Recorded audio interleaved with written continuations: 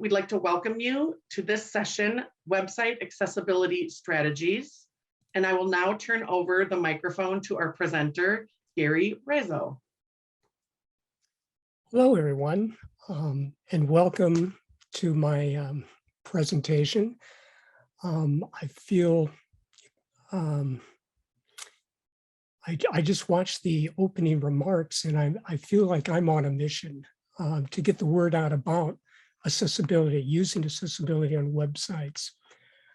I'd like to talk just briefly about me. I started my career as a software engineer at Kennedy Space Center working on ground systems for the space shuttle. It was there that I got interested in user interfaces, and I volunteered to work on some. And it was probably the best but hardest job I've ever had, because you're in the middle of the machine and you're in the middle of somebody who has to use it. You're right in between those two. And the user is always right and the user is always wrong. But it was a very stressful at times situation. But I really got interested in interfaces because they could be made so right and so wrong. I started thinking about websites that, like this presentation. How could we make this better? What are the problems with accessibility? And what I learned is from the World Health Organization estimates 15% of the world has some sort of disability. Maybe that disability will not prevent you from entering in things in the computer. However, it is a big number. I did an envelope calculation. There's about 8 billion people in the world, and about 15% is about 1.2 billion people. And so a business case can be made for making websites accessible. I was interested in what was the breakdown of disabilities. And the CDC had some interesting stats about this, that this is, I can't believe this myself, but CDC on their websites is 26% of adults have some sort of disability. And a disability could be temporary. You could have a broken arm, you could be in a car accident, or it could be permanent. They say that 14% of disabilities are mobility, 11% is cognition, 6% is hearing disabilities, and 5% is vision. A little bit more motivation about my study. There's a lot of startup companies that are trying to get in the business to show companies how to make better accessibility websites. They did a study on top 500 corporations in America. They found that 98%, I think I said that right, 98% are unusable, would fail guideline test. There's a lot of room for improvement for web accessibility. I define web accessibility as it allows everyone to access their screens, use their screens, understand the screens. So that's, you got to perceive it, you have to understand it, you have to navigate, and then you have to interact with it. If you mess up one of those, you don't have a full functioning operation. There's, I guess I want to define what a disability is. I define a disability as any continuing condition that restricts activities.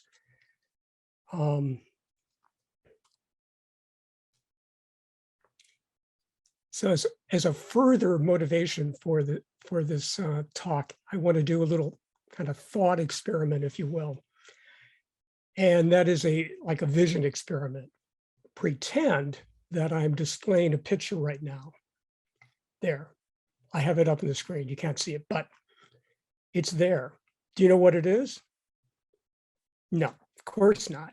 But if I said that is a plate of spaghetti with meatballs, some red sauce, some cheese on the top. Now you see what the picture is. Now you're drawn into the website that way.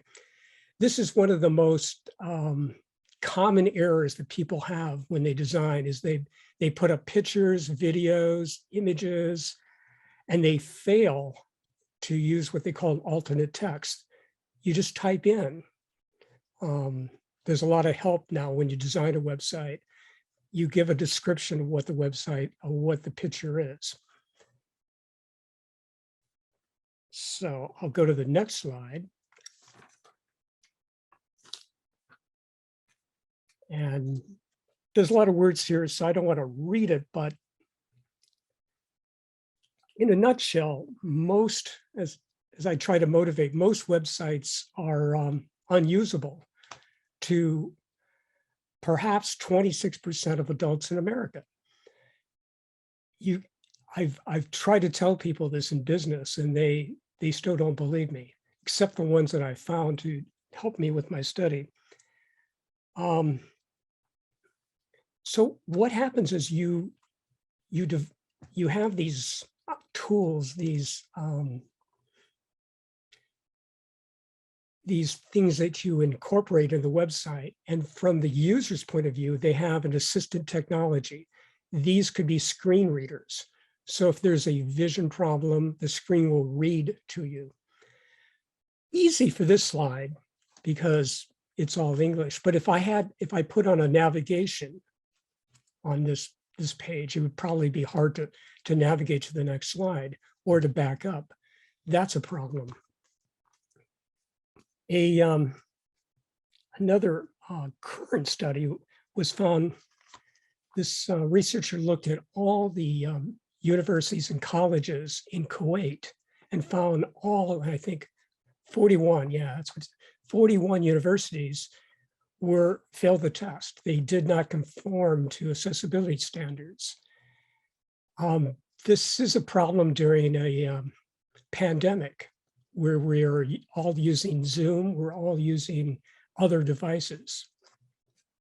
So my general IT problem is that software is being developed for general purpose users that may not have a disability.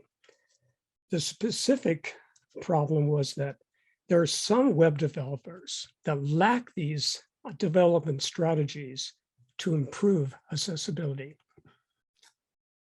So next slide.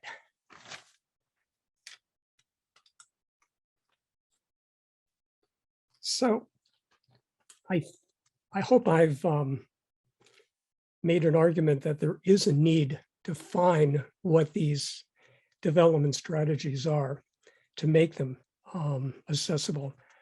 I chose a quantitative multi-case study because what I wanted to do was I didn't want to find out a number. I wanted to find out how and what are these strategies that are being used. I concentrated my data collection in the state of Florida with web designers, and they had to have some experience. I believe that the significance, the takeaway is that if people with disabilities can use the web better or more easier, this will build confidence and certainly will build productivity. If you can't use something, you certainly can't be productive. If you're very slow in using a system, this may increase your productivity.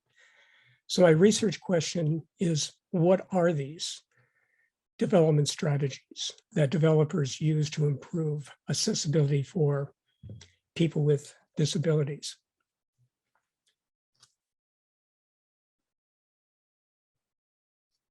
I believe that IT people can benefit from websites that are accessible because it will improve your traffic, improve when you. The major thing when you do a website is that for an organization, you want to drive traffic. You want to help out search engines point to your site. So when you do a Google search, Google prints out a list. And those that are paying usually are the top of the list, but there's some ranking that Google does. And one of the things that Google does is they look for alternate text, like the spaghetti. If you don't have that, Google doesn't put you at the top. One of the tools that Google has it's called Lighthouse. And a majority of the people that I've interviewed use this tool. And it's a very helpful tool. It tells you what is and what is not accessible. Google is not currently using that, but a lot of people I talk to think that Google someday will put that in there. And if you get a higher score on Lighthouse, Google Lighthouse, it will move you up in the rankings, thus increase your traffic to your site. And that's what you want. You want clicks and you want traffic. I wanted to talk about, well,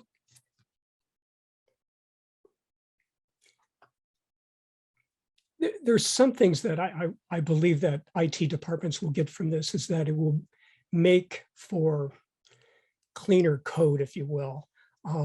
People will start to use style sheets. Style sheets are a template that puts in font, layouts, and those kind of style questions. And if you put one up, the whole website can use that as a general tool. The theory that I chose for this is called the technology acceptance model. And this was seminal research by Davis in 1998, I believe. And what he was interested in was what is it that we like? What makes us go back to a website? What makes us go back to a user interface? Or what makes us propel away quickly from a website? And there's what I like to think of this as where the rubber meets the road. This is the user and the interface. And he was concerned with two major functions, which he called perceived usefulness and perceived ease of use. And usefulness is like, can I use this? Can I use this in my job? Can I use this to make check on my bank account? And the second, perceived ease of use, is, well, okay, I can see the usefulness of this. How easy is it for me to use this tool? Can I navigate? Can I understand it? Or will it take me hours to understand how to use this tool?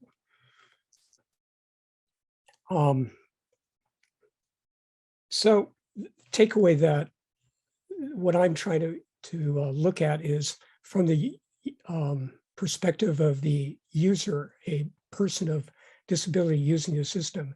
Is it easy to use?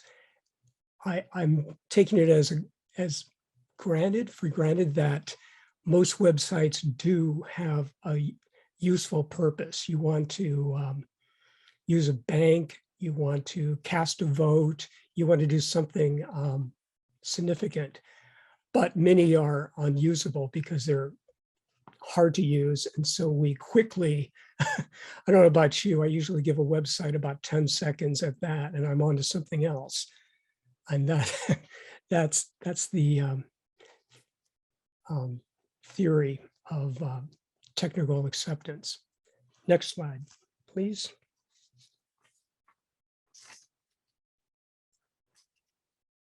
So these are some of the things that I've learned from a literature review that then I'm rolling into to major themes. One of the things that I can take this as a personal software engineer that I am today, we do not have a perspective of a person with disability. Can somebody use a keyboard? Can somebody use a mouse? Can somebody hear this conversation? I believe Zoom, I know Zoom because I researched this. Zoom has a way of taking the audio and making a real-time transcript of the session. But most software engineers, unless they have a disability or know somebody with a disability, we don't come from that perspective. You come from your own perspective. And so I'm kind of on a mission to tell people, hey, look at the world differently. Look at the world through other eyes. And just getting that out, I found is a major, this is one of the major things that everyone I spoke to confirmed, that there is a lack of awareness that I did not know until I started looking at it, that we just don't know that that's a problem.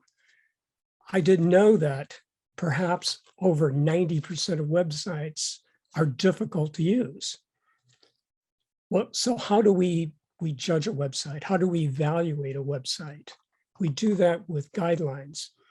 And these came out kind of like at the turn of the century, and there were multiple ones.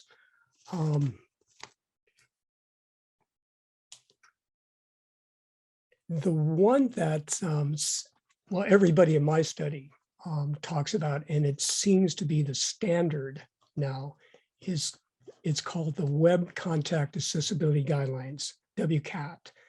And that, I'm calling that a universal accepted guideline, and it really is, because everyone I talk to uses it. Most studies that I've read uses that, unless they're older than 15 years.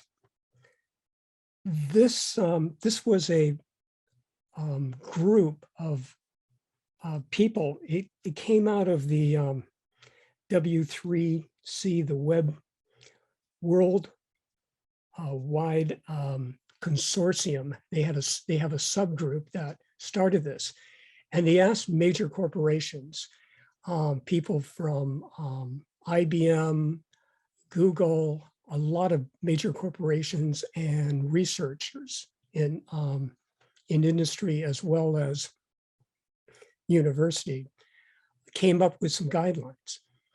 And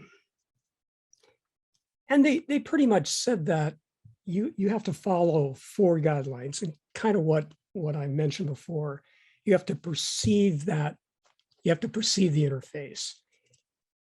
There it is, I understand it. You have to be able to operate on the interface. Can I use the mouse? Can I use the keyboard? Is there another way? Can I touch the screen to use this interface?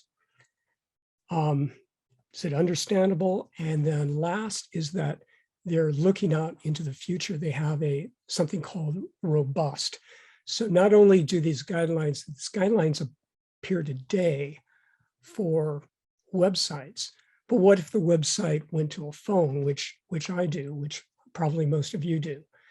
Can we take a website and just move it to the phone, or does it have to go through some fine tuning to work on a smaller surface, or anything in the future, any devices in the future?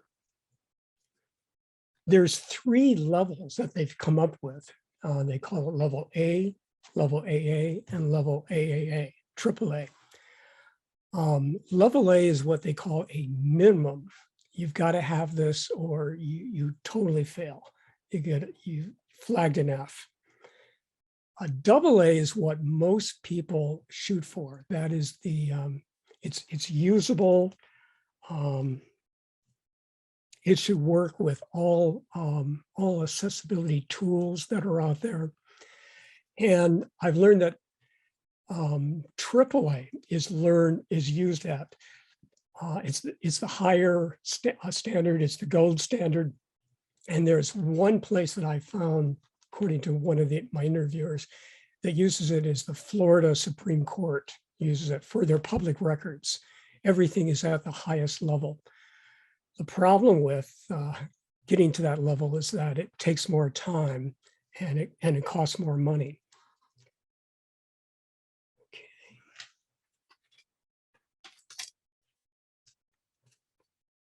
So there are, if you go to their website, if you go to the WCCAD website, it is overwhelming of all the things that you have to check for. In recent years, they put on some videos and help guides to do that, to help you understand it. But what most people do is there's a plethora of checkers, what they call, these are robots, if you will. You take your website and you can cut and paste your website and paste it into this robot, if you will, this checker. And so they're automated, and so they'll go through the entire website, and they actually will worm their way through the different links. And so you can check not just the front page, but you can check all the links that you have. And it will give you an in-depth analysis and a grade on your website. The problem with these, there's so many of them, and they seem to emphasize different things. There hasn't been an agreed upon standard checker right now.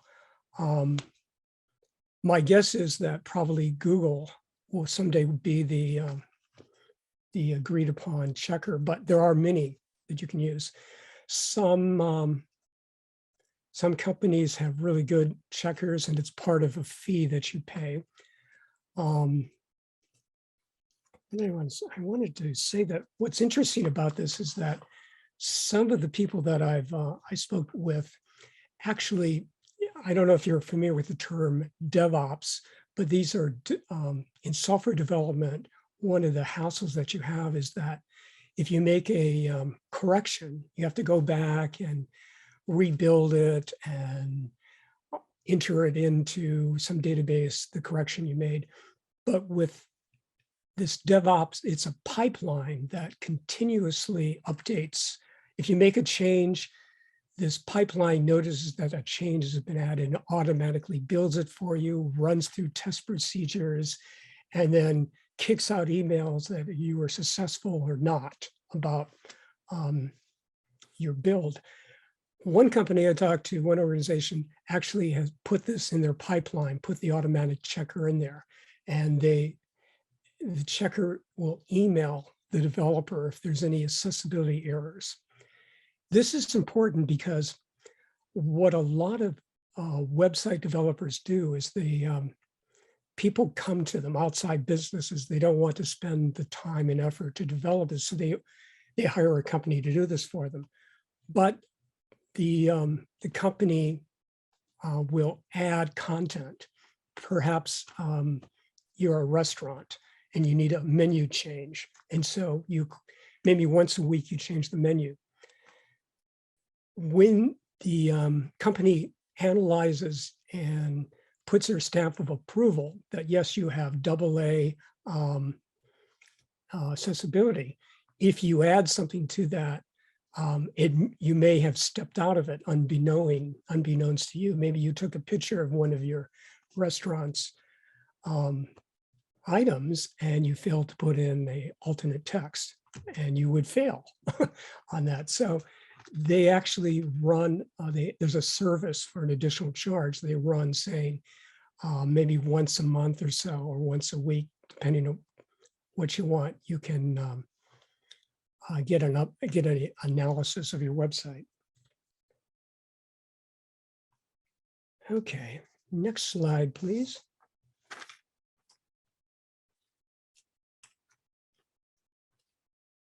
So the procedure that I used was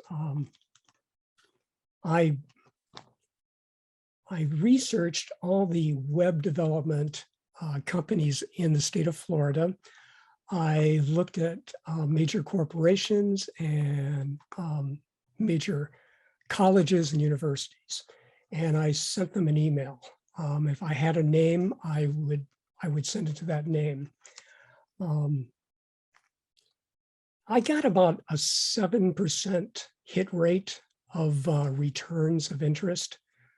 And most people were anxious to help because I guess I in my letter, I ran a program, I ran a checker. Actually, I ran 2 checkers on each site, and I kind of did an average on them. And so I would write them and saying that, you know, your website, your corporation, not just your customers, meet, you know, AA standards and well done. And I'm looking at doing research. And so I got some interest back. I got approval through the through our university's research board to go ahead and do the research. I make sure that the person that I contacted would give me a few names, that these are web developers that I could speak to and hold a Zoom interaction with them to find out what strategies they're using. So I did that, and I did 8 interviews. What I found, I use this tool, Zoom. What's interesting about Zoom is that not only do you capture the video, but it also captures in a separate file, an audio file. I took the audio files and I just imported it into our university's 360 Word, which comes with an automatic transcription. And it worked rather well. The only data cleaning I had to do was, just like I did there were too many ums. I had to try to take out them, and I try to correct anything that the translator didn't know about.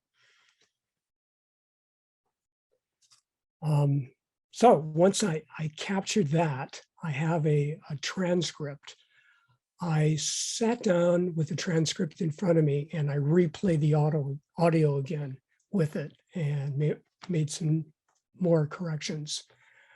I kind of itemized into a list what those are, and I sent those bulleted list of major points back to the interviewee or the participant for member checking, say, is this what, did I capture everything? And I had 2 people who actually wrote back and corrected some of my work. So that was good that they actually paid attention to it. Once I got that back, then I went and I imported it into, what's it called? It's called In Vitro, and which is a fantastic tool, but I would say it's not easy to use. And I started coding, and I came up with about 22 codes, and I'm rolling those into a framework. I'm not going to get into too much of the research. This is only a proposal. So the participants, as I mentioned, were from the state of Florida. I was targeting about 6 months of web experience. I think all of them had 1 year plus website experience.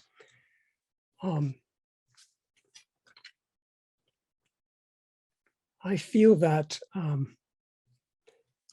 the social change implications is that if we make websites more accessible, then certainly people with disabilities can use websites more productivity. They can use websites more easily.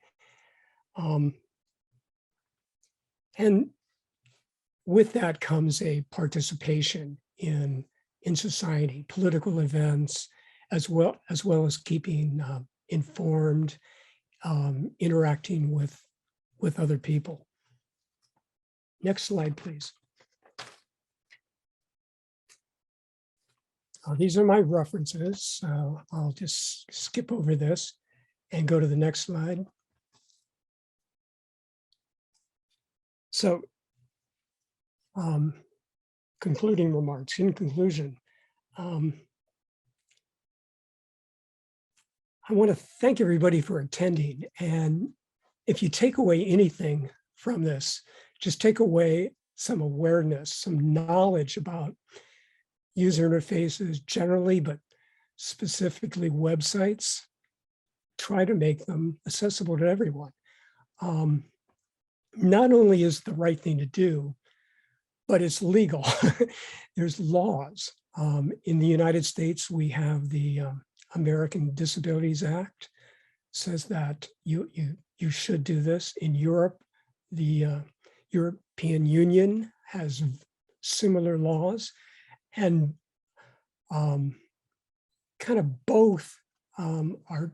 I've looked at the European Union. They are following the WCAT guidelines in their laws and regulations. And just an interesting aside is that I found that there was one organization that is reporting that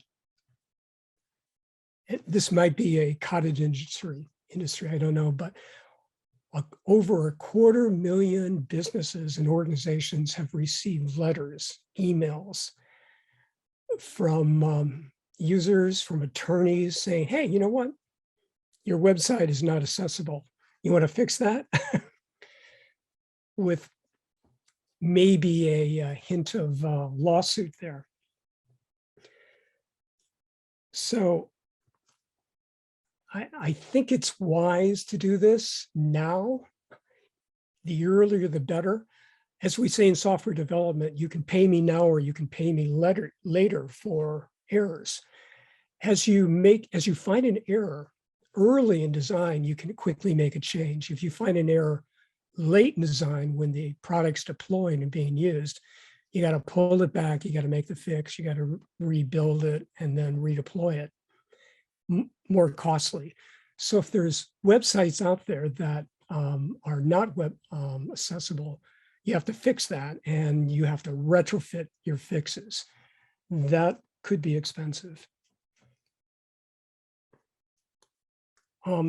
There are some future things that are looking I'm very excited about. Amazon is using some artificial intelligence to look at images, and they can actually help you write a description.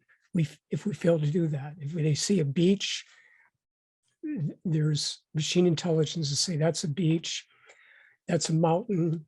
So there's good tools coming down to help us with this.